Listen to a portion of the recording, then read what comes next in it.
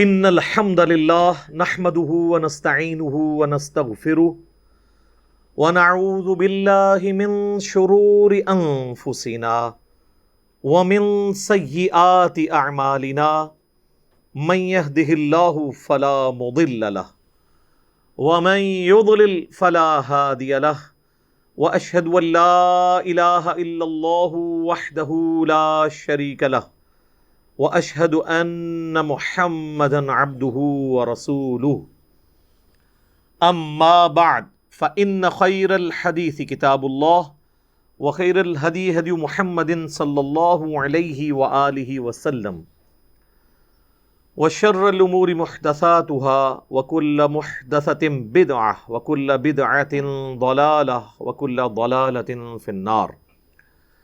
اعوذ باللہ السمیع العلیم من الشیطان الرجیم من ہمزہ ونفخہ ونفثہ بسم اللہ الرحمن الرحیم رب اشرح لی صدری ویسر لی امری واحلل عقدۃ من لسانی یفقہوا قولی. بسم اللہ الرحمن الرحیم ان اللہ وملائکتہ یصلون علی النبی یا ایہا الذین آمنوا صلوا علیہ وسلموا تسلیما. اللہم صلی علی محمد وعلی آل محمد کما صلیت علی ابراہیم وعلی آل ابراہیم انک حمید مجید. اللہم بارک علی محمد وعلی آل محمد کما بارکت علی ابراہیم وعلی آل ابراہیم انک حمید مجید. اللہم ربنا آتنا فی الدنیا حسنة وفی الآخرة حسنة وقنا عذاب النار. ربنا آتنا من لدنک رحمة وہیئ لنا من امرنا رشدا. لا الہ الا انت سبحانک انی کنت من الظالمین. حسبنا اللہ ونعم الوکیل. یا حی یا قیوم برحمتک استغیث ولا حول ولا قوة الا باللہ العلی العظیم. آمین. الحمدللہ آج 18 اکتوبر 2020 کو قرآن کلاس نمبر 50 میں 50 نمبر میں ہم انشاءاللہ تعالی سورہ آل عمران کی آیت نمبر 77 سے آنورڈ سٹارٹ لیں گے. اعوذ باللہ من الشیطان الرجیم بسم اللہ الرحمن الرحیم. ان الذین یشترون بعہد اللہ وایمانہم ثمنا قلیلا. بے شک وہ لوگ جو کہ خریدتے ہیں اللہ کے عہد اور اپنی قسموں کے عوض چند ٹکے، تھوڑی سی مال کی محبت اور اس کی لالچ کے اندر وہ اللہ سے کیا ہوا عہد اور اللہ سے کھائی ہوئی قسمیں کہ ہم تیرے دین کے تابع فرمان رہیں گے، اس کو توڑ دیتے ہیں. اولئک لا خلاق لہم فی الآخرہ. یہ وہ لوگ ہیں جن کا آخرت میں کوئی حصہ نہیں ہے. ولا یکلمہم اللہ. اور نہ قیامت کے دن اللہ ان سے کلام کرے گا، یعنی یہ غصے کا اظہار ہے. ولا ینظر الیہم یوم القیامہ. اور نہ ہی ان کی طرف دیکھے گا قیامت کے دن. ولا یزکیہم. نہ انہیں پاک کرے گا. وَلَهُمْ عَذَابٌ علیم. اور ایسے لوگوں کے لیے دردناک عذاب ہے. اللہم لا تجعلنا منہم اللہم اجرنا من النار. آمین. اب یہ اسپیسیفکلی اہل کتاب کے علماء کے بارے میں ڈسکشن ہو رہی ہے، کیونکہ پیچھے کانٹیکسٹ وہی چل رہا ہے کہ علماء یہود اپنے آپ کو اہل کتاب کہتے تھے اور اپنے مخالفین کو کہتے تھے یہ امی ہیں، ان پڑھ ہیں، جاہل ہیں. اور جب پیغمبر آخر الزمان صلی اللہ علیہ وآلہ وسلم آ گئے جن کی پروفیسیز ان کی کتابوں میں موجود تھی، اور اس پہ وہ مشرکین عرب کو دھونس لگایا کرتے تھے کہ ابھی تو تم ہمیں مارتے ہو نا، جب آخری پیغمبر آئیں گے ہم ان کے ساتھ مل کے قتال کریں گے اور رومن اور پرشین امپائر کو بھی گرا دیں گے. اب اللہ کا کرنا ایسا ہوا کہ انہوں نے ضد اور ہٹ درمی کی وجہ سے اسلام قبول نہیں کیا، اور جن مخالفین کو یہ تانے دیتے تھے انہوں نے اسلام قبول کر لیا. یعنی اوس اور خزرج نے. تو اب اللہ کا غصہ ان پہ بہت ہے کہ یہ تو اہل علم تھے, یہ تو کتابوں کے ماننے والے تھے, اور ان کو سب کچھ پتا تھا کہ یہ کچھ لکھا ہوا ہے. تو میں یہی بات کرتا ہوں کہ علماء جو ہے نا, علماء کا طبقہ اتنا عجیب و غریب ہے کہ وقت کا پیغمبر بھی آ جائے نا تو یہ اس کے خلاف بھی کھڑے ہو جاتے ہیں. یہ علماء یہود تھے نا, کھڑے ہوئے. عام لوگوں نے بات سمجھ لی, علماء یہود نے قبول کرنے سے انکار کر دیا. تو اس لیے پھر اللہ کا غصہ بھی دیکھیں کتنا ڈیٹیلڈ ہے. اللہ تعالیٰ فرما رہا ہے کہ جو لوگ اللہ سے کیا ہوا عہد کیا تھا, وہ آگے عہد آ جائے گا کہ تمام نبیوں سے یہ عہد لیا گیا تھا کہ تمہاری موجودگی میں اگر کوئی اور پیغمبر آ جائے تو تم نے اس پہ ایمان لے کے آنا ہے. یہ پیغمبروں سے عہد لیا گیا تھا, اور پیغمبروں کے ماننے والوں کا بھی کام یہی تھا کہ جب نبی آخر الزمان صلی اللہ علیہ وآلہ وسلم آئے تھے تو وہ اپنا عہد جو ان کی کتابوں میں لکھا تھا کہ تم نے ان پہ ایمان لانا ہے وہ پورا کرتے. لیکن صرف دنیاوی مسند کی خاطر, دنیاوی لالچ میں اپنی پوسٹ چھوڑنا ان کے لیے مشکل ہو گئی. ظاہر ہے نبی علیہ السلام تو ان کے بچوں کی مانے تھے. 70-80 سال کے بابے جو بیٹھے ہوئے تھے یہودیوں کے قلعوں میں, ان کے لیے نبی علیہ السلام تو بچوں کے مانند تھے. وہ کہتے تھے ہم یہ کل کے نوجوان کی بات کیوں مانیں, بات قبول نہیں کرتے تھے. اس لیے سورۃ الانعام میں آیا نا کہ یہ ان کو ایسے پہچانتے ہیں جیسے اپنے بیٹوں کو. نبی علیہ السلام کو وہ اس طرح پہچانتے تھے, لیکن ضد کی وجہ سے نہیں انہوں نے بات قبول کی. تو اب اللہ کا غصہ دیکھیں کیا ہے کہ انہوں نے چونکہ عہد اللہ تعالیٰ کا توڑا ہے, اللہ سے کیا ہوا قول و قرار توڑا ہے, اب اس کے بدلے میں اللہ تعالیٰ ہمارا انہوں نے دنیا کی محبت کی خاطر یہ کیا نا, ثمنًا قلیلا, تھوڑی سی انہوں نے دنیاوی منفعت حاصل کی تھوڑے سے مال کی خاطر. آج بھی علماء یہی کر رہے ہیں, پیسے دیں فتویٰ لے لیں اپنی مرضی کا. تو اللہ تعالیٰ ہمارا ایسے لوگوں کا اب آخرت میں کوئی حصہ نہیں. یعنی جو کچھ کمانا تھا نا دنیا میں کما لیا ہے, اب آخرت میں کچھ نہیں. یہ نہیں ہوگا کہ دوویں جانے مٹھے باہو, ادھر بھی کاپا چکیا ہوا ہے, لایا ہوا ہے لوگوں نال, اور آخرت بھی مل جائے, ایسا نہیں ہوگا. تو لا خلاق لہم فی الآخرہ, آخرت میں کوئی حصہ نہیں ہے. نہ اللہ ان سے کلام کرے گا, نہ ان کی طرف نظر رحمت سے دیکھے گا, نہ انہیں پاک کرے گا, بلکہ انہیں عذاب علیم کا سامنا, دردناک عذاب. علیم کا لفظ دیکھیں استعمال ہوا ہے, عظیم کا نہیں ہوا. تکلیف دہ عذاب میں ان کو جھونکا جائے گا. اللہم انی اعوذ بک من عذاب جہنم, آمین. اب ان کا ایک کریکٹر ڈسکس ہو رہا ہے. یہاں پہ بھی آپ دیکھیں نا, آپ علماء سے اگر کوئی مسئلہ پوچھنے جائیں تو وہ اتنی مشکل ٹرمنالوجیز یوز کرتے ہیں, ایسے مشکل عربی کے اور اردو کے الفاظ استعمال کرتے ہیں کہ عام بندہ سمجھتا ہے کہ شاید یہ جو کچھ بیان کر رہا ہے یہ واقعی قرآن و حدیث میں لکھا ہوا ہے. تو ان کے بزرگان دین بھی یہی کرتے تھے. اور کس کے ساتھ کرتے تھے؟ پیغمبر کے ساتھ. کیوں کرتے تھے؟ نبی علیہ السلام کو عبرانی زبان تو نہیں آتی تھی, آپ تو ویسے ہی امی تھے, اور یہ آپ کا معجزہ تھا. سورۃ العنکبوت میں اللہ تعالیٰ نے فرمایا کہ اگر یعنی ایسا معاملہ ہوتا نا, آپ اس قرآن کے نزول سے پہلے نہ تو دائیں ہاتھ سے لکھ سکتے تھے, نہ کتاب میں کچھ پڑھ سکتے تھے, ورنہ یہ چیز لوگوں کو شک میں مبتلا کر دیتی کہ یہ کتاب آپ نے خود لکھی ہے. تو نبی علیہ السلام کا امی ہونا, یہ امی کا معنی ان پڑھ یا جاہل کے معنوں میں نہیں ہوگا, یعنی آپ نے لکھنا پڑھنا نہیں آپ کو اللہ نے سکھایا تھا. یہ آپ کا معجزہ تھا. کریمنگ تھی, چیزیں یاد تھیں, قرآن پورا اللہ نے حفظ کروا دیا. آپ جب وہی لکھواتے تھے اس کی کاؤنٹر ویریفیکیشن اس طرح ہوتی تھی کہ جو لکھوائی ہوتی تھی نا, آپ کہتے تھے پڑھو کیا لکھا ہے, پھر آپ اس کی تصحیح کروا دیتے تھے اپنی اسی کریمنگ کی وجہ سے جو اللہ نے آپ کے دل میں قرآن کو جمع کر دیا تھا.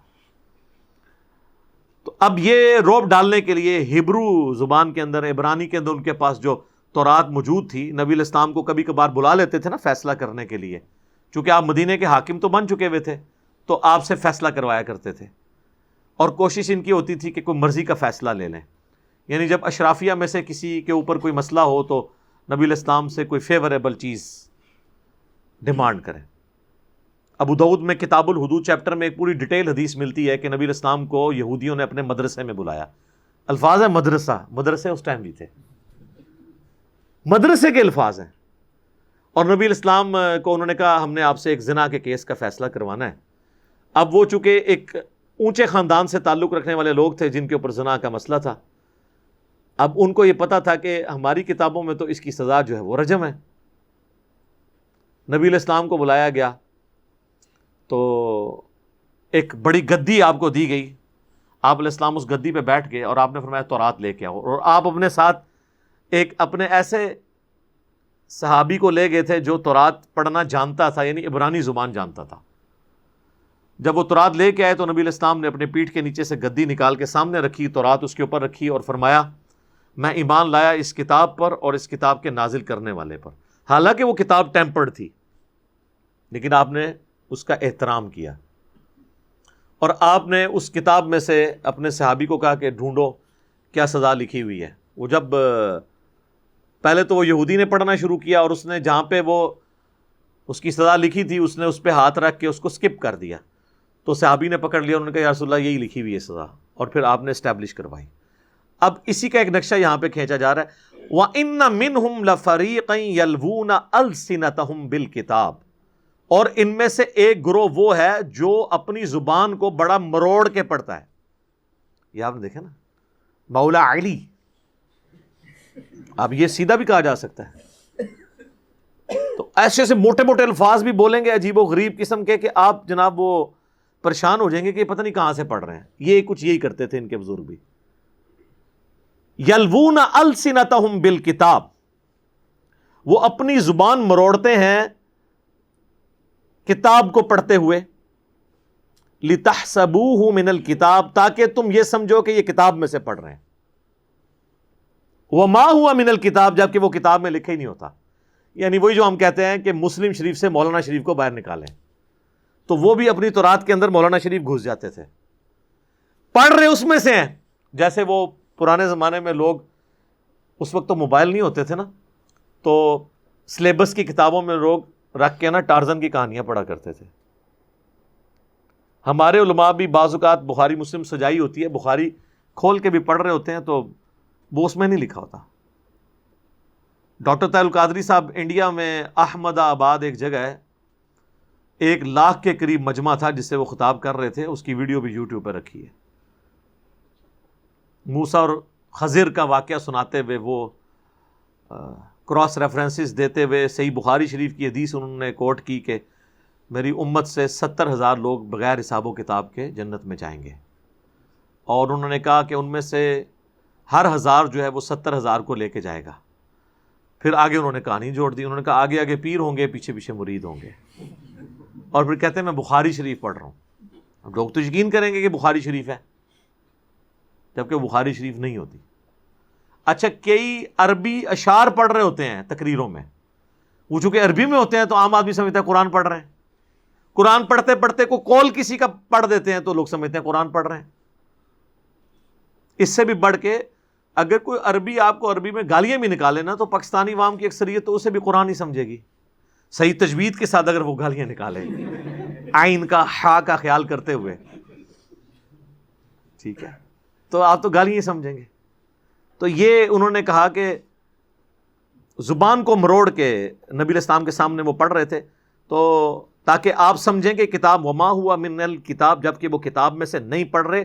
وَيَقُولُونَ هُوَ مِنْ عِنْدِ اللَّهِ، اور ساتھ وہ یہ بھی کہہ رہے ہیں یہ اللہ کی طرف سے نازل ہوا، ہم پڑھ رہے ہیں. اللہ اکبر. وَمَا هُوَ مِنْ عِنْدِ اللَّهِ، جبکہ اللہ نے تو یہ نازل کیا ہی نہیں ہے. سر دین وہ ہے جو آسمانوں سے نازل ہوا ہے، دین اس زمین کی چیز ہی نہیں ہے. یہ ذہن میں رکھیے. یہ ایک جملہ اگر آپ لے لینا کہ دین آسمانوں سے نازل ہوا ہے، دین زمین کی چیز نہیں ہے. زمین کی چیز نہیں ہے تو اس کا مطلب یہ ہے کہ پیغمبر نے بھی اپنی مرضی سے دین نہیں پیش کرنا. اس پہ جو آسمان سے نازل ہوگا وہ وہی بیان کرے گا. اور جب پیغمبر وہ بیان کرے گا تو باقی لوگ تو کسی کھاتے میں نہیں ہیں. ٹھیک ہے، جو کہتے ہیں نا آواز آئی، تو آواز تو زمین میں ہی آئے گی نا. آسمان سے آئی ہوتی تو باقی بھی سن لیتے. ٹھیک ہے جی. خواب زمین پہ یہ دیکھ رہے ہوتے ہیں، آسمانوں سے نازل ہوا ہے دین.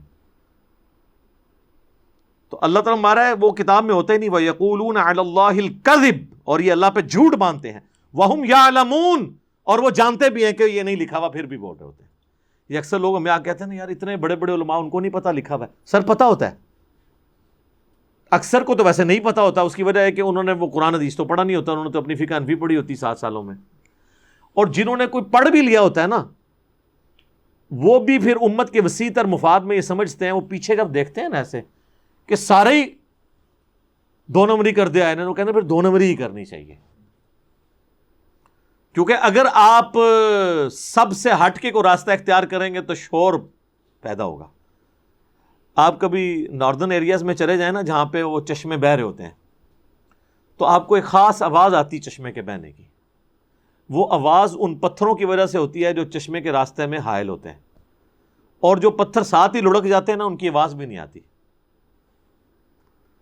چشمے کے راستے میں شور، دریا کے راستے میں شور پیدا اس لیے ہوتا ہے، جب کوئی ایک چٹان راستے میں آ جائے تو پانی اس کو ہٹا نہیں سکتا، تو پانی خود چیر کے یوں گزرتا ہے نا، تو شور مچتا ہے۔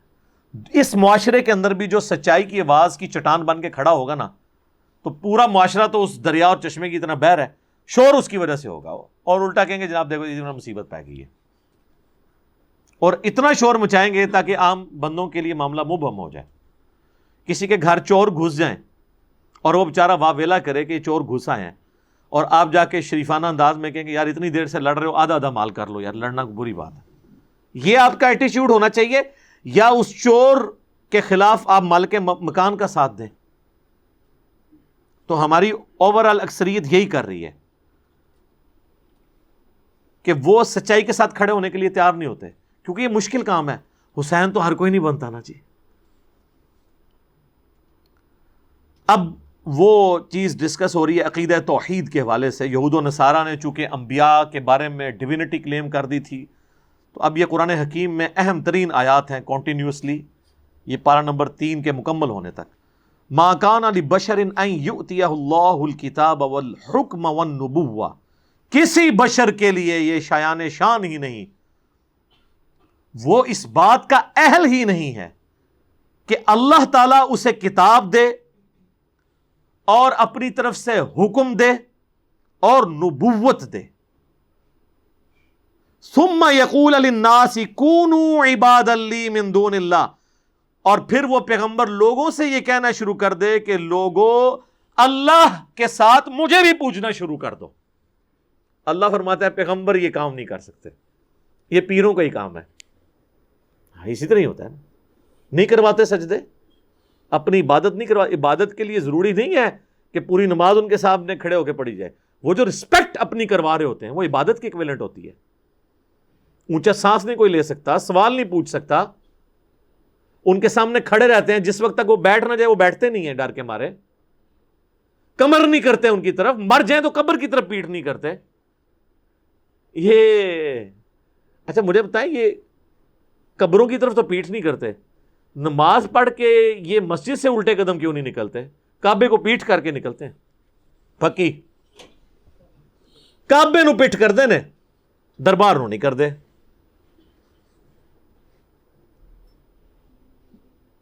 فرق دیکھا آپ نے؟ اور ویسے خانہ کعبے کے وہ اس سے عقیدت کے اور جذبات کے وہ نعرے بلند ضرور کریں گے، دونوں ہی غلط ہے۔ نہ کعبے کو یعنی ضرورت ہے کہ آپ الٹے قدم پھیریں، نہ دربار سے الٹے قدم پھیرنے کی ضرورت ہے۔ تو اللہ تعالیٰ فرما رہا ہے کہ کبھی نہیں ایسا ہوا کہ کسی انسان کو ہم نبوت دیں، حکم دیں اپنی طرف سے، اور ہم اسے کتاب عطا کریں، اور وہ لوگوں کو دعوت دیتے ہوئے اپنا بھی معاملہ بیچ میں داخل کر دے کہ بھئی اللہ کی تو عبادت ہے ہی ہے، میں نے دیکھو اللہ کا تعارف کروایا تو میری بھی عبادت کرو۔ نہ، ایسے نہیں ہو سکتا۔ وَلَٰكِن كُونُوا رَبَّانِيِّينَ، بلکہ وہ تو یہی کہے گا کہ ربانی ہو جاؤ، اللہ والے بن جاؤ۔ پیغمبر کیا کہے گا؟ اللہ والے بن جاؤ۔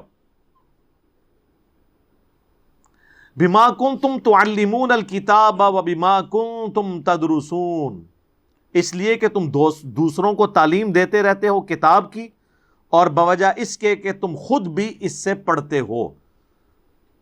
جب اللہ تعالیٰ نے پیغمبروں کو کتاب دی اور پیغمبروں کے ماننے والوں نے کتابوں کے ذریعے جو انبیاء کے آثار تھے آگے بات چلائی ہے، تو ان کتابوں میں تو ایسی کوئی بات نہیں لکھی ہوگی کہ اللہ کے ساتھ پیغمبروں کو بھی، یعنی حضرت عزیر علیہ السلام کو آپ نے اللہ کا بیٹا مان لینا ہے، نعوذ باللہ من ذالک، یا حضرت عیسیٰ علیہ السلام کو اللہ کا بیٹا مان لینا، یہ پیغمبروں کی تعلیمات ہی نہیں ہوں گی، ناٹ ایٹ آل۔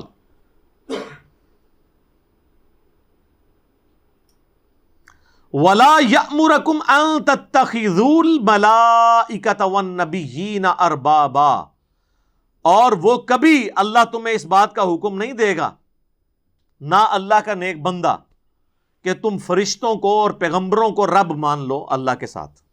یہ ہو ہی نہیں سکتا. اَيَأْمُرُكُمْ بِالْكُفْرِ بَعْدَ إِذْ أَنْتُمْ مُسْلِمُونَ، کیا اللہ تعالیٰ یا اس کا پیغمبر تمہیں کفر کی طرف بلائیں گے اس کے بعد کہ تم اسلام لا چکے ہو؟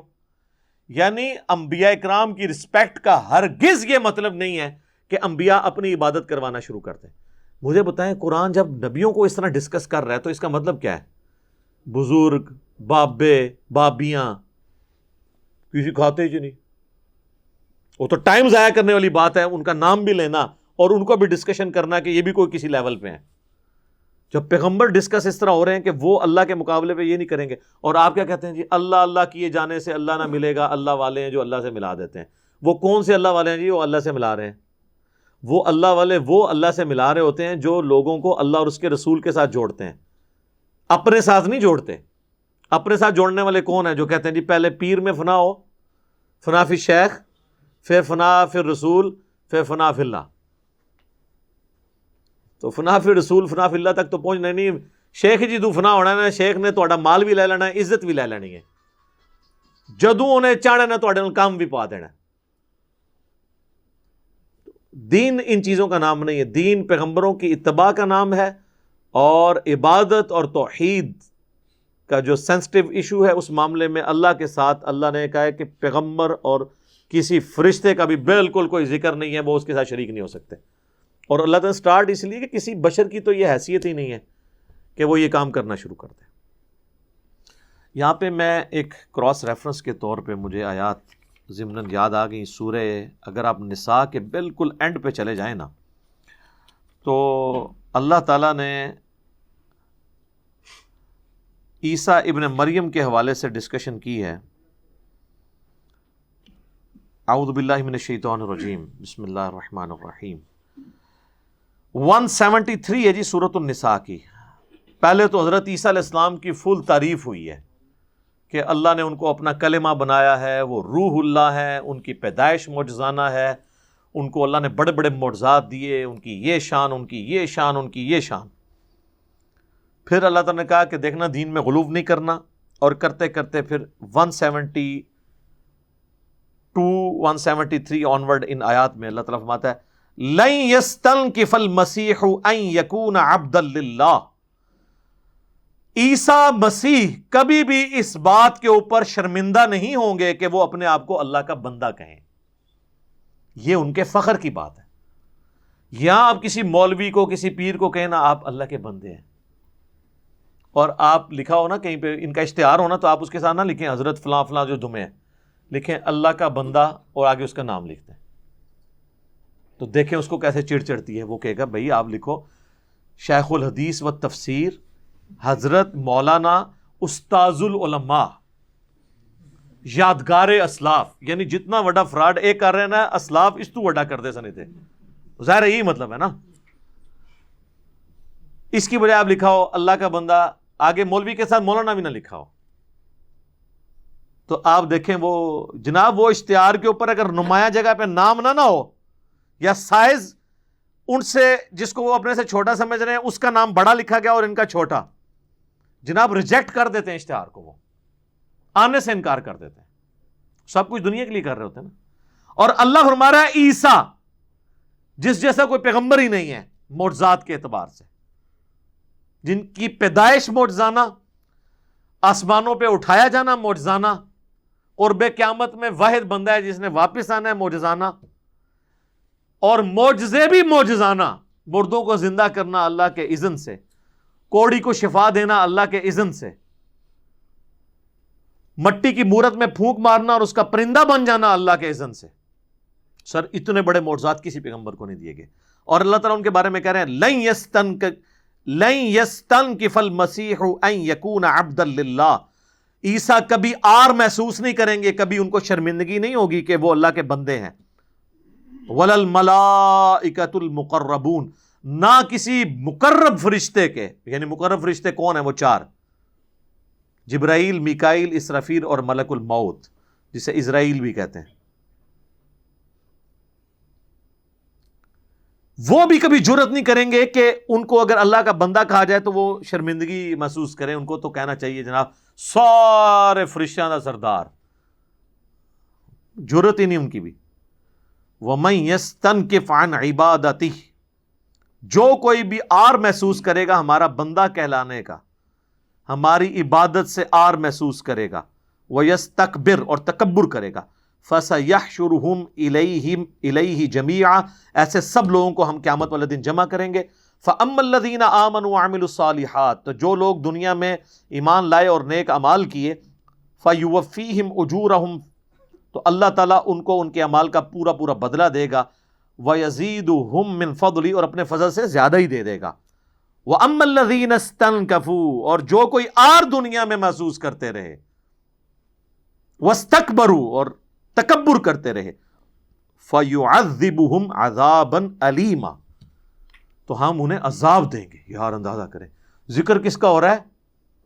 عیسیٰ ابن مریم اور مقرب فرشتوں کا. لیکن یہ سمجھانے کے لیے محال ہے کہ اگر وہ یہ کریں گے تو چونکہ انہوں نے نہیں کیا تو اب یہ کوئی نہیں کہہ سکتا کہ اللہ چاہے تو عیسیٰ کو بھی دوزخ میں پھینک دے. نہیں، نعوذ باللہ، ایسے نہیں جملہ بولا جا سکتا. ہاں یہ بولا جا سکتا ہے کہ کوئی بڑے سے بڑا پیغمبر، کوئی بڑے سے بڑا فرشتہ بھی اگر اپنی عبادت کرواتا تو اللہ اسے دوزخ میں ڈال دیتا.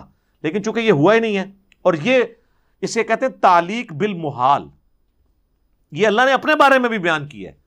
قُلْ إِنْ كَانَ لِلرَّحْمَٰنِ وَلَدٌ فَأَنَا أَوَّلُ الْعَابِدِينَ، اے نبی تم فرماؤ کہ بالفرض اگر کوئی اللہ کا بیٹا ہوتا نا تو سب سے پہلے میں اسے پوچھ رہا ہوتا. یہ آگے ہو جائیں، یہ جگہ ہے کافی آگے آگے آگے، آپ بھی آگے پیچھے سے. کہ بالفرض اگر اللہ کا کوئی بیٹا ہوتا تو میں اس کی پہلے عبادت کر رہا ہوتا. اب اس کا کیا مطلب ہے کہ اللہ کا کوئی بیٹا ہے؟ نہیں، سمجھانے کے لیے. وہ تو لم یلد ولم یولد ہے. وَلَا يَجِدُونَ لَهُم مِّن دُونِ اللَّهِ وَلِيًّا وَلَا نَصِيرًا، اور پھر ایسے لوگ چاہے وہ انبیاء ہوں یا فرشتے، اللہ کے سوا نہ تو کوئی اپنا دوست پائیں اور نہ ہی کوئی مددگار جو اللہ سے ان کو چھڑوا سکے اگر وہ اپنی عبادت کروانا شروع کرتے. یہ ہیں وہ دھمکیاں جس کی وجہ سے انبیاء کا جو ایٹیچیوڈ ہے وہ توحید والا ہوتا ہے. اب جن لوگوں نے قرآن پڑھا ہی نہیں ہے، انہوں نے پڑھا کلام باہو، سیف الملوک، بزرگوں کے واقعات، ان کو کیا پتا کہ توحید کس چیز کا نام ہے؟ یہ کائنات کا مقصد ہی توحید ہے. اور کس لیے کائنات بنائی گئی ہے؟ وَمَا خَلَقْتُ الْجِنَّ وَالْإِنسَ إِلَّا لِيَعْبُدُونَ، ہم نے جن اور انسانوں کو نہیں پیدا کیا مگر اس لیے کہ وہ ہماری ہی عبادت کریں. ہمیں مانے نہیں، صرف عبادت کریں. عبادت کا مطلب ہے جو ہم کہیں وہ کچھ کریں. اس میں سے ایک حصہ نماز پڑھنا ہے. عبادت کا ماننا ہوتا ہے ٹوٹل اوبیڈینس، یعنی جس کے آپ بندے ہیں نا اسی کو سب کچھ مان لینا. اب جناب آیت نمبر ہے 81 سورہ آل عمران کی. یہ بہت اہم آیت ہے 81 اور 82، جس میں اللہ تعالیٰ نے عالم ارواح میں، یعنی جب صرف روحیں تھیں تو پیغمبروں کی روحوں سے ایک عہد لیا تھا. ویسے تو ہم سب سے عہد لیا ہے، وہ سورۃ الاعراف میں آئے گا، الست بربکم، کیا میں تمہارا رب نہیں ہوں؟ قالوا بلا، تو ہم سب نے کہا تھا ہاں اے اللہ تو ہمارا رب ہے. وہ ہمیں عہد یاد نہیں ہے لیکن ہماری انسٹنکٹ میں توحید موجود ہے.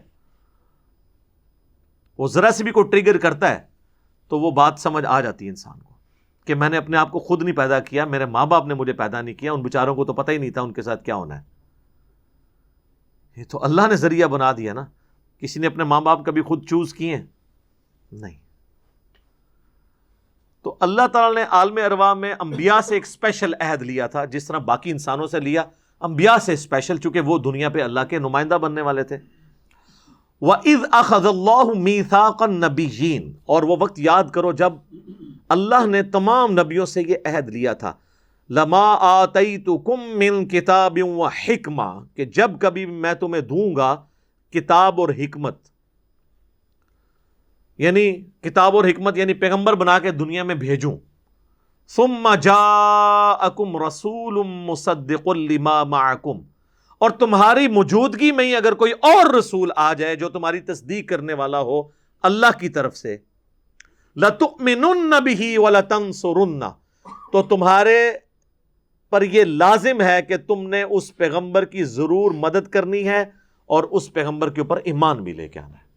یعنی ایک وقت میں ایک سے زیادہ پیغمبر آئے نا تو ان کے لیے ضروری ہے. اس سے پتہ چل گیا کہ پیری مریدی میں تو ٹھیک چلتے ہیں. کبھی ہوا ہے کہ ایک گدی کے اوپر دو پیر بیٹھ جائیں؟ بیٹھیں گے بھی تو ناراض بیٹھے ہوتے ہیں. یہ نہیں آپ نے کہنا کہ فلاں جگہ بیٹھے ہیں, نہیں, ایک دوسرے کو گمراہ سمجھتا ہے. لیکن یہ جو پیغمبروں کا جو خانقاہ والا معاملہ ہے نا, اس میں اللہ نے فرمایا یہ ہو ہی نہیں سکتا. آپ نے دیکھا پیغمبر اور پیر میں کتنا فرق ہے. ویسے تو پے سے ہی دونوں شروع ہوتے ہیں, لیکن زمین آسمان کا فرق ہے. پیری مریدی میں ایک پیر دوسرے پیر کو قتل کر دیتا ہے, ٹھیک علیحدہ کر لیتا ہے. اور پیغمبری میں یہ ہے کہ اگر تمہاری موجودگی میں کوئی اور پیغمبر آ جائے, تم نے اس پہ پہلے ایمان لے کے آنا ہے کہ ہاں یہ اللہ کا پیغمبر ہے, میں اسے پیغمبر مانتا ہوں اور دین کے کام میں اس کا ساتھ دوں گا. تو یہ پیغمبر ہی کر سکتا ہے, کیونکہ اس کی لالچ نہیں نہ ہوتی, وہ تو اللہ کے لیے کر رہا ہوتا ہے. اور اس کی پریکٹیکل مثال سیدنا یحییٰ بن زکریا نے تصدیق کی عیسیٰ ابن مریم کی, دونوں ایک وقت میں. حضرت یحییٰ حضرت عیسیٰ کے دفاع کے لیے کھڑے ہو گئے کہ میں ان پہ ایمان بھی لاتا ہوں اور ان کی تصدیق بھی کرتا ہوں, یہ روح اللہ ہے, کلمت اللہ ہے. اور اس کی پاداش میں حضرت یحییٰ کو بھی قتل کیا گیا. تو یہ اس عہد کی پاسداری کی. تو یہ آیت ہے جنرل, اور اگر تعویل عام میں آپ اسپیسیفک مختلف کیسز کنسیڈر کرنا شروع کریں تو اسی میں یہ آتا ہے کہ اگر ہمارے نبی کی موجودگی میں کوئی پیغمبر, ہمارے نبی علیہ السلام کسی پیغمبر کی موجودگی میں دنیا میں آ جاتے تو اس پیغمبر پہ یہ واجب تھا کہ وہ ہمارے نبی کی تصدیق کرتا. ویسے تو میلاد کے جلسوں میں اس کا یہ ترجمہ بیان کیا جاتا ہے کہ اللہ نے تمام نبیوں سے عہد لیا کہ اگر تمہاری موجودگی میں میرے آخری نبی آ جائیں. یہ کہاں لکھا ہوا ہے یار, کوئی شرم کرو. یہ اگر ہوتا تو الرسول کے ساتھ ہوتا کہ وہ خاص رسول آ جائے. یہاں تو جنرل ہے, کوئی بھی رسول آ جائے. یہ آیت ہی جنرل ہے, نبی علیہ السلام کے بارے میں نہیں ہے. یہ جنرل ہے کیونکہ رسول اللہ تو کسی نبی کی موجودگی میں آئے ہی نہیں ہے.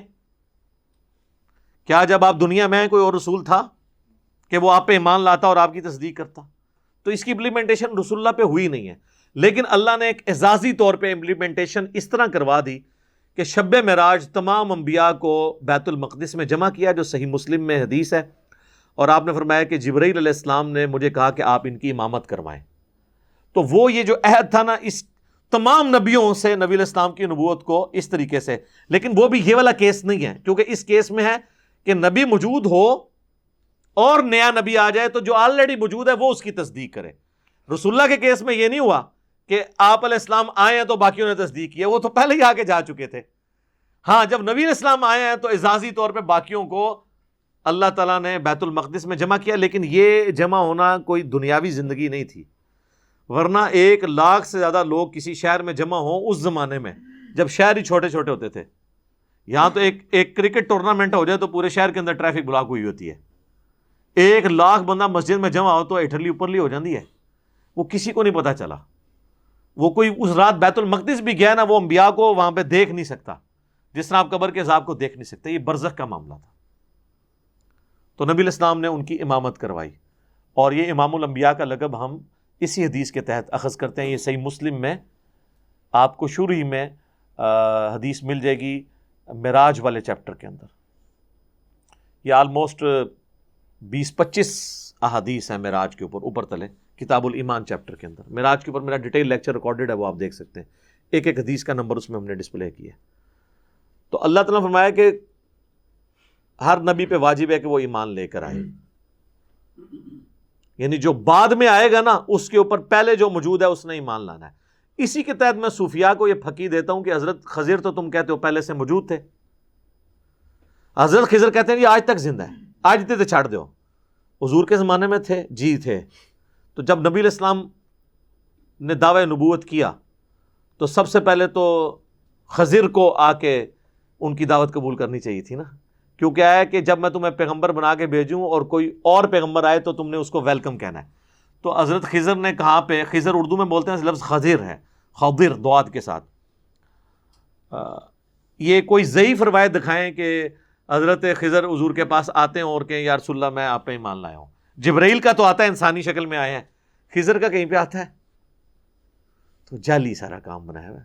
وہ خضر موسیٰ کے زمانے میں تھا، وہ فرشتہ تھا، پیغمبر تھا، واللہ عالم، وہ ایک واقعہ رپورٹ ہوا، دیٹس آل۔ تو اگر وہ تھے اور رسول اللہ کو انہوں نے ویلکم نہیں کیا تو وہ اپنی نبوت سے ہاتھ دھو بیٹھے ہیں۔ آگے آ جائے گا کہ اگر کوئی میرا پیغمبر آیا اور تم نے اس پہ ایمان نہ لائے اور یہ عہد توڑ دیا تو تم فاسق ہو جاؤ گے۔ تو یہ خضر کو فاسق کروانا چاہتے ہیں۔ اچھا، خضر بھی ان کا جو ہے نا، ان کا خضر وہ اتنا ہوشیار ہے، حضور کے زمانے میں غائب، غزوہ بدر میں غائب، احد میں غائب، قادسیہ یرموک میں غائب، بعد جا کے بابے انہوں پہ ملتا ہے۔ جو تو تیری لوڑ تھی کتے سے؟ وہ بیسیکلی شیطان ہے جو انسانی شکل میں ان کو ملتا ہے۔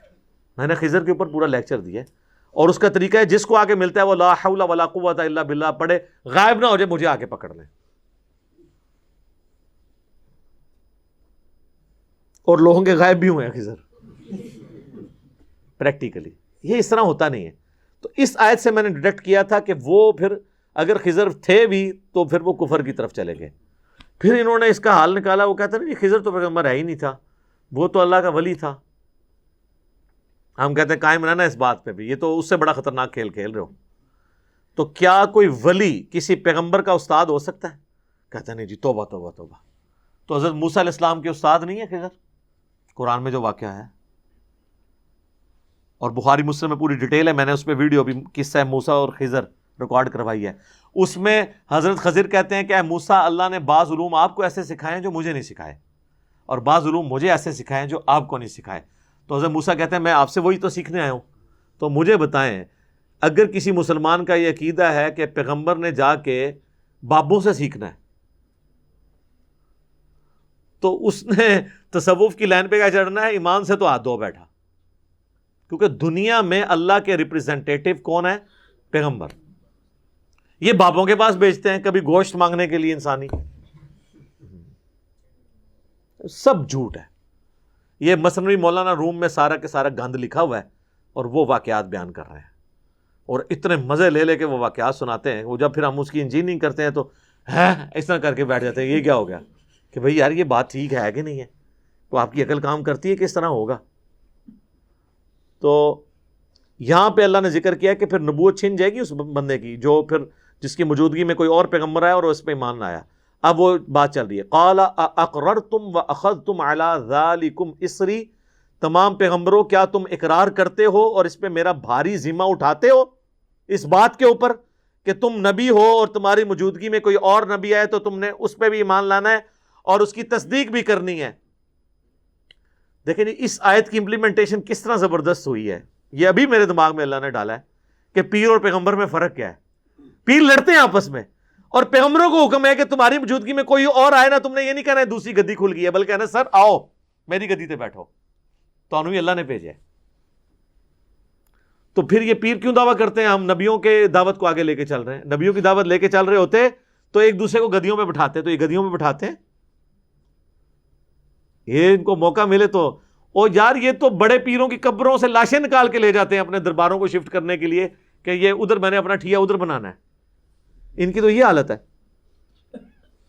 قالوا اقررنا، تمام پیغمبروں نے کہا ہم اقرار کرتے ہیں کہ ہم آپ کی بات اے اللہ مانیں گے۔ قال فاشهدوا، اللہ نے فرمایا سارے ایک دوسرے پہ گواہ ہو جاؤ کہ یہ تم نے اقرار میرے ساتھ کیا ہے۔ وَأَنَا مَعَكُمْ مِنَ الشَّاهِدِينَ، اور میں بھی گواہوں میں شامل ہوں۔ اللہ اکبر، اللہ کہہ رہے ہیں میں بھی گواہوں میں شامل ہوں کہ تم نے میرے ساتھ عہد کیا ہے۔ فَمَن تَوَلَّى بَعْدَ ذَلِكَ، اب بھی اگر کوئی پھرا نہ اس کے بعد، فَأُولَئِكَ هُمُ الْفَاسِقُونَ، تو ایسے لوگ پھر فاسق ہوں گے۔ تو ایسا کبھی ہو نہیں سکتا کہ ایک پیغمبر کی موجودگی میں دوسرا پیغمبر آئے اور وہ اس کی مدد نہ کرے، ورنہ اس کی نبوت گئی۔ اس لیے میں کہتا ہوں خضر کی نبوت بچا لو اگر اس کو زندہ رکھنا ہے، تو کہو کہ وہ حضور سے پہلے ہی فوت ہو گیا تھا، ورنہ نبوت گئی اس کی۔ یہ لاجیکل، لیکن ان بچاروں کو نہ کوئی دین پتا، اسی لیے پھر الٹیمیٹلی اور جی سارا دین کتاباں سے نہیں ہے نا، کتنے ہے پھر؟ اور کتاباں سے نہیں تو پھر کتنے ہے؟ سینے سے بھی نہیں رہا جی، بریلویاں دے سینے چاہیے دیوبندیاں دے، سنیاں دے کہ شیعہ دے سینے بھی تو وق وق نے، ٹھیک ہے نا؟ تو الٹیمیٹ ہے۔ تو اگر وہ کہتا ہے ان کے سینوں میں، تو دوسروں سے پوچھ رہے ان کے سینوں میں کیا ہے کہیں گے اس کے سینے میں بغض رسول بھرا ہوا ہے، دوسرا کہے گا اس کے سینے میں تو شرک ہے، تیسرا کہے گا یہ تو بدعتی ہیں۔ سینے نہیں، حضور نے حجۃ الوداع پہ سینے چھوڑے تھے، نہ سینے نہ گوشت چھڑیا، نہ اودا لیگ پیس، ایک ہم نہیں۔ نبی علیہ السلام نے فرمایا دو چیزیں چھوڑ کے جا رہا ہوں، اللہ کی کتاب اور اس کے نبی کی سنت، دیٹس آل۔ غدیر خم پہ فرمایا اللہ کی کتاب اور میرے اہل بیت کے ساتھ اس نے سلوک کرنا، دیٹس آل۔ حالانکہ نبی علیہ السلام کے پاس تو ایسے لوگ بھی تھے جو آپ چھوڑ بھی سکتے تھے کہ یہ میں ان پہ اعتماد کرتا ہوں، لیکن اس کا فائدہ نہیں تھا۔ اس کی وجہ یہ ہے کہ جس طرح حضور علیہ السلام دنیا سے چلے گئے، انہوں نے بھی دنیا سے جانا تھا۔ لیکن قرآن دیکھ لیں، قرآن آج بھی اسی طرح زندہ ہے جس طرح حضور کے زمانے میں تھا۔ تو اس لیے آپ علیہ السلام نے قرآن اور سنت کو چھوڑا۔ افغیر دین اللہ یبغون، کیا اللہ کے سوا کوئی اور دین تلاش کرتے ہیں یہ لوگ؟ وَلَهُ أَسْلَمَ مَن فِي السَّمَاوَاتِ وَالْأَرْضِ، جبکہ زمین و آسمان میں ہر کوئی اللہ کے سامنے سر تسلیم خم کیا ہوا ہے۔ یہ صرف جن اور انسان ہیں جو باغی ہیں۔ آج تک کبھی ہوا ہے کہ سورج نے نکلنے سے انکار کر دیا ود رسپیکٹ ٹو زمین؟ کبھی نہیں ہوا۔ یا زمین نے اگانے سے انکار کر دیا ہو؟ ہر چیز تابع فرمان ہے اللہ کی، جس کی جو ڈیوٹی لگی ہے وہ اسی طریقے سے ہے۔ آج تک ہوا ہے کہ آگ آپ جلائیں اور وہ چیزوں کو گرم نہ کرے؟ وہ ابراہیم کے لیے ایک دفعہ یہ آگ ٹھنڈی ہوئی ہے۔ آگ کی اللہ نے ڈیوٹی لگائی ہے، وہ پوری کرے گی۔ تو اللہ تمہارا زمین و آسمان میں ہر چیز سر تسلیم خم کرتی ہے اللہ کے سامنے۔ جن اور انسان اس لیے نہیں کرتے کہ ان کو اللہ نے اختیار دیا ہے۔ اگر ان کو بھی فرشتوں کی طرح اللہ تعالیٰ بناتا نہ، اختیار نہ دیتا، تو یہ بھی کرتے۔ طوعا وکرہا، خوشی سے یا مجبوری سے، ہر چیز اللہ کی تابع فرمان ہے۔ وَإِلَيْهِ يُرْجَعُونَ، اور اسی کی طرف لوٹایا جانا ہے سب کو۔ اب اللہ تعالیٰ نے یہود و نصارہ کے فرسودہ نظریات کے بعد ایمان والوں کو بتایا کہ بھئی یہ عقیدہ ہونا چاہیے بندے کا، اور نبی علیہ السلام کی مبارک زبان سے اس کو کہلوایا۔ قل آمنا باللہ، اے نبی تم فرماؤ ہم ایمان لائے اللہ پر، وما انزل علینا، اور ایمان لائے اس پہ جو ہم پہ نازل ہوا، یعنی یہ فائنل ٹیسٹمنٹ، وما انزل علی ابراہیم و اسماعیل و اسحاق و یعقوب والاسباط، اور ہم ان تمام کتابوں پر اور صحیفوں پر ایمان لائے جو ابراہیم، اسماعیل، اسحاق اور یعقوب اور ان کی اولاد پہ نازل ہوئی۔ وما اوتی موسیٰ و عیسیٰ، اور جو کچھ دیا گیا موسیٰ کو اور عیسیٰ کو، والنبیون من ربہم، اور جتنے بھی رب کی طرف سے پیغمبر آئے سب پہ ہم ایمان لاتے ہیں۔ لا نفرق بین احد منہم، ہم ایمان لانے میں کسی ایک میں بھی فرق نہیں کرتے۔ وَنَحْنُ لَهُ مُسْلِمُونَ، اور ہم اللہ کے تابع فرمان ہوتے ہیں، ہم سر تسلیم خم کرتے ہیں اپنے رب کے حضور، کسی ایک پیغمبر کا بھی انکار نہیں کرتے، ایمان لانے میں فرق نہیں کرتے۔ فرق کا مطلب یہ ہے کہ ہم، یعنی یہودیوں نے کہا ہم موسیٰ کو تو مانیں گے، عیسیٰ ابن مریم کو نہیں مانیں گے، کافر۔ عیسائیوں نے کہا کہ ہم عیسیٰ کو مانیں گے، محمد رسول اللہ کو نہیں مانیں گے، کافر۔ تو مسلمانوں کو کہا جا رہا ہے تم نے نہ تو کسی پیغمبر کا انکار کرنا ہے، نہ ان کی کتابوں کا انکار کرنا ہے۔ ہمارے نزدیک عیسیٰ ابن مریم کا انکار بھی ویسا ہی ہے جس طرح کوئی محمد رسول اللہ صلی اللہ علیہ وآلہ وسلم کا انکار کر دے، کوئی فرق نہیں کر سکتے۔ لیکن یہ فرق ہے ایمان لانے میں، مرتبے میں فرق ہے۔ تلک رسل فضلنا بعضهم علی بعض، یہ اللہ کے رسول کہ بعض کو بعض پہ فضیلت دی۔ یہ شروع میں آیت آئی تھی نا، تیسرے پر، تلک الرسل فضلنا بعضهم علی بعض، اللہ کے رسولوں میں اللہ نے بعض کو بعض پہ فضیلت دی ہے۔ لیکن یہ فضیلت ایسی نہیں ہونی چاہیے کسی کی کوئی اپنی طرف سے بنا کے کہ وہ توہین کرنی شروع کر دے کسی پیغمبر کی۔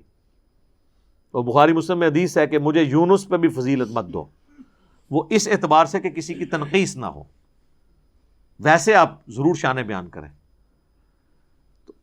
وہ کہلاتا ہے تفضیل بین الرسل، رسولوں میں ایک دوسرے میں فضیلت، وہ تو عقیدہ درست ہے۔ تفریق بین الرسل یہ کفر ہے۔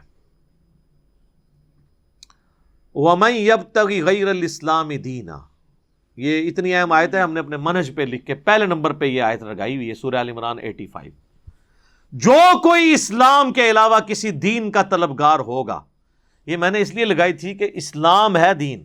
بریلوی، دیوبندی، اہل حدیث، سنی، شیعہ کے فرق سے باہر نکلو. قبر میں جاتے ہی ویسے یہی ہے، یہی پوچھا جانا ہے، من ربو کا، ما دینو کا، اور من نبیو کا. اور یہ بھی الفاظ ہیں بخاری میں، ما کنت تقول فی حق ھذا الرجل، اس مرد کے بارے میں دنیا میں تیرا کیا عقیدہ تھا. نبی علیہ السلام کے بارے میں پوچھا جائے گا. تو قبر میں پوچھا جانا ہے اللہ کے بارے میں، اس کے دین کے بارے میں، اور اس کے پیغمبر کے بارے میں. اس کے بعد تو ہونا چاہیے تھا تو کس امام کا مقلد ہے. اچھا آگے سے آپ کہتے ہیں میں حنفی ہوں، تو پھر اگلا سوال ہونا چاہیے تھا حنفی دیوبندی یا حنفی بریلوی. ہاں ظاہر ہے دونوں ایک دوسرے کو کافر ہی سمجھتے ہیں، جبکہ اسلام میں یہ چیز نہیں، صرف اسلام ہے. جو کوئی بھی اسلام کے علاوہ کسی دین کا طلبگار ہوا فَلَن يُقْبَلَ مِنْهُ، ہم اس سے قیامت کے دن اس کا دین قبول ہی نہیں کریں گے. تو سٹارٹ ہوا تھا مَا كَانَ إِبْرَاهِيمُ يَهُودِيًّا وَلَا نَصْرَانِيًّا، ابراہیم نہ یہودی تھے نہ عیسائی تھے نصرانی تھے، وَلَكِنْ كَانَ حَنِيفًا مُسْلِمًا وَمَا كَانَ مِنَ الْمُشْرِكِينَ، بلکہ وہ سب سے ٹوٹ کے ایک اللہ کے ہو گئے تھے اور وہ مشرک نہیں تھے اور مسلم تھے. ابراہیم بھی مسلم، عیسیٰ بھی مسلم، موسیٰ بھی مسلم، تمام پیغمبر مسلم، تم بھی مسلم بنو. اچھا ویسے صحیح کرتے ہیں، قرآن ڈائریکٹ پڑھنے نہیں دیتے. قرآن کو پڑھ کے پوچھ سکتا ہے کہ جی ہم نے جو نام رکھے ہوئے ہیں یہ تو قرآن میں ہے نہیں، قرآن میں تو ہے کہ مسلم بن جاؤ، ربانی بن جاؤ، اسی قرآن ڈائریکٹ نہیں پڑھنا چاہیے ورنہ گمراہ ہو جاتا ہے. ظاہر ہے قرآن میں تو دوسرا لفظ ہی نہیں آئے گا. آپ کا جتنا اسٹیبلش فرقہ واریت ہے نا، قرآن کے تو قریب بھی نہیں پھٹکتی. وہ بندہ سوچتا ہے کہ یار انہوں نے تو کیا کیا ہوا ہے، یہ قرآن میں تو ایسی کوئی بات لکھی نہیں ہوئی ہے، اور انہوں نے بنیادی عقائد کے طور پہ ہمیں بتائی ہوئی یہ چیزیں. تو قیامت کے دن اللہ فرماتا ہے ہم اس سے اس کا دین قبول نہیں کریں گے. وَهُوَ فِي الْآخِرَةِ مِنَ الْخَاسِرِينَ، اور ایسا شخص آخرت میں خسارہ پا جانے والوں میں ہو جائے گا. كَيْفَ يَهْدِي اللَّهُ قَوْمًا كَفَرُوا بَعْدَ إِيمَانِهِمْ، اللہ ایسی قوم کو کیسے ہدایت دے سکتا ہے جو ایمان کے بعد کفر لے آئے. ایمان کے بعد کفر کس نے اختیار کیا؟ علماء یہود نے. حضور کے آنے سے پہلے حضور پہ ایمان رکھتے تھے وہ کہ وہ آخری نبی آنے والے ہیں، اور جب آئے تو کفر کر دیا. تو اللہ نے فرمایا اب میری مہر لگ گئی ہے، جب تم نے یہ کیا ہے نا تو اب دیکھو اب اللہ نے تمہیں ہدایت نہیں دینی. وَشَهِدُوا أَنَّ الرَّسُولَ حَقٌّ، جبکہ وہ پہلے خود گواہی دیتے تھے کہ یہ الرسول، دیکھیں الرسول آ گیا. الرسول کا مطلب ہے اب کسی خاص رسول کی بات ہو رہی ہے، دی پروفٹ، حق، کہ یہ رسول سچا ہے. وَجَاءَهُمُ الْبَيِّنَاتُ، وہ ان کے پاس کھلی نشانیاں آ چکی تھی اس کے بارے میں. نبی علیہ السلام کی پریڈکشنز پچھلی کتابوں میں، اگلی کتابوں کے اندر موجود تھی. وَاللَّهُ لَا يَهْدِي الْقَوْمَ الظَّالِمِينَ، اللہ تعالیٰ ایسی ظالم قوم کو کبھی بھی ہدایت نہیں دیتا. أُولَٰئِكَ جَزَاؤُهُمْ، لو جی اب آیا فتویٰ علماء کے بارے میں، علماء سو کے بارے میں. ایسے لوگوں کا ہے بدلہ اور سزا، ان علیہم لعنت اللہ والملائکۃ والناس اجمعین، ایسوں پر اللہ کی لعنت، اللہ کے فرشتوں کی لعنت اور تمام انسانوں کی لعنت. کون لوگ؟ جو ایمان لانے کے بعد کفر اختیار کر لیں. اور یہ آپ آج بھی پریکٹیکلی چیک کر سکتے ہیں. ایک مسلمان کہتا ہے جی میں قرآن کو مانتا ہوں، آپ اسے قرآن سے آیت بتاتے ہیں لکھا ہوا ایاک نعبد و ایاک نستعین، اب پتہ چلے گا تو مانتا ہے کہ نہیں مانتا. اس کے بعد بابوں کو پکارنا چھوڑتا ہے کہ نہیں چھوڑتا. تو قرآن پہ ایمان بھی ہے ساتھ کفر بھی ہے. خالدین فیہا، رہیں گے ہمیشہ ہمیش اس میں. لا یخفف عنہم العذاب، اللہ تعالیٰ ان کے عذاب کو بھی ہلکا نہیں کرے گا. ولا ہم ینظرون، نہ کوئی مہلت دے گا. الا الذین تابوا، ہاں آج بھی اگر کوئی توبہ کر لے، توبہ کا دروازہ کھلا ہے. وہ جامع ترمذی میں حدیث ہے موت کے غرغرے سے پہلے پہلے توبہ کر سکتے ہو، لیکن وہ پتہ تو نہیں غرغرہ کس ٹائم آ جائے، کسی کو نہیں پتا.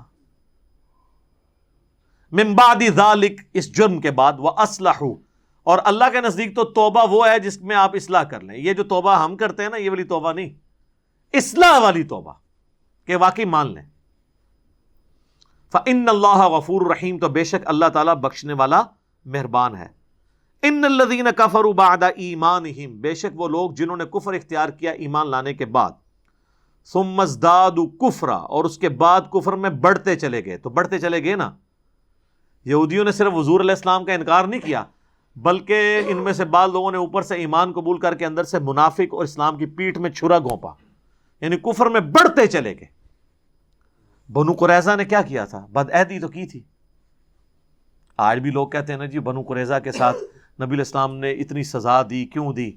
بھائی اس لیے کہ جو کچھ نبی الاسلام نے ان کے ساتھ کیا بعد میں، یہی کچھ مسلمانوں کے ساتھ ہونا تھا جو انہوں نے بدعہدی کی تھی۔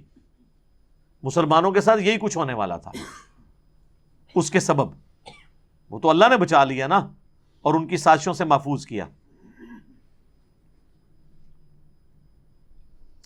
لن تقبل توبتہم، اللہ تعالیٰ ایسوں کی پھر توبہ قبول نہیں کرے گا۔